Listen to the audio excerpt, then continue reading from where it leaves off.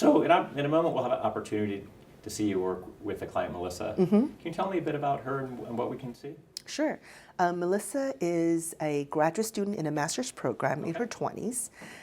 She identifies as a white, queer woman, and she grew up in a relatively small town that's conservative. She does fairly well at school. She's taken on leadership positions. However, she does struggle with perfectionism. So some of her struggles, the reason that she came in has to do with procrastination, kind of anxiety over getting feedback, and things like that. Okay, thank you.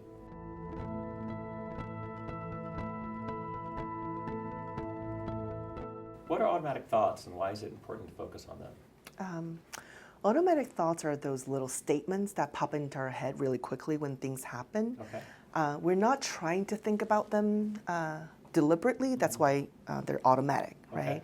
So they're usually quick and just short, but they have a lot to do with how we feel and how we interpret the situations. So they're kind of like color lenses that we use to filter what's going on. Okay. So how do I understand what that looks like then? So it sounds like these are automatic things that maybe without even thinking about it, they just come up in conversation, or? Yeah, so they just kind of pop into our head really quickly. We're not even aware of it sometimes. But because of those thoughts, we ended up having feelings or interpret the situations differently. For example, like if I see you at a meeting, right, and I wave at you from across a room and you don't see me, my automatic thoughts may come in and say, oh my God, why am I even expecting Matt to know me, right? That I may feel embarrassed or even ashamed, like, who am I to expect people to remember me, right? So my feelings are real, like I feel embarrassed and ashamed, right?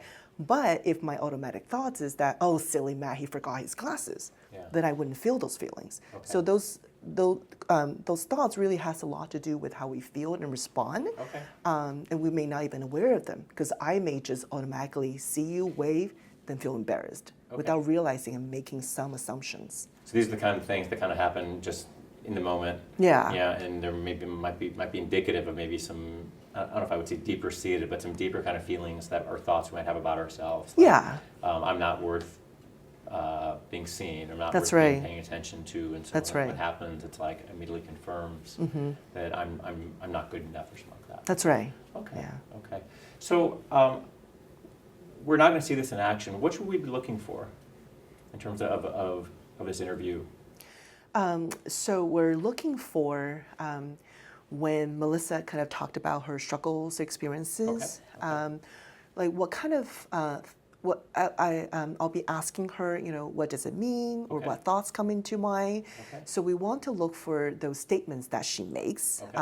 She may not be aware of them at the time, or she may be aware of what kind of thoughts contribute to her feelings or stresses. Okay, so it sounds like you're going to help her become aware of what's happening and begin to kind of question or kind of explore, almost like an evaluation of them, and then kind of see what her responses are to that. That's right.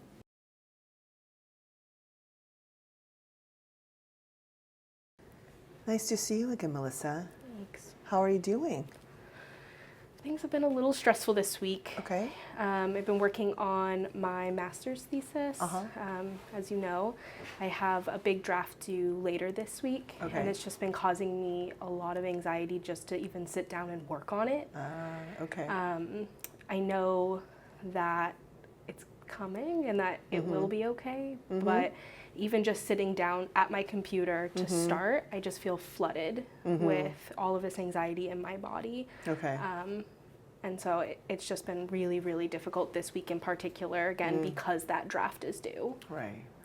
It sounds stressful. Yeah, it has been incredibly stressful. Yeah. Tell me a little bit more about what you mean by you feel flooded when you're sitting down. My body itself just feels like it's almost on end. Like it's just so full of anxiety. And then I just get kind of this rush of thoughts that it's not going to be good enough, or that my advisor is going to think ill of me if it's not good enough.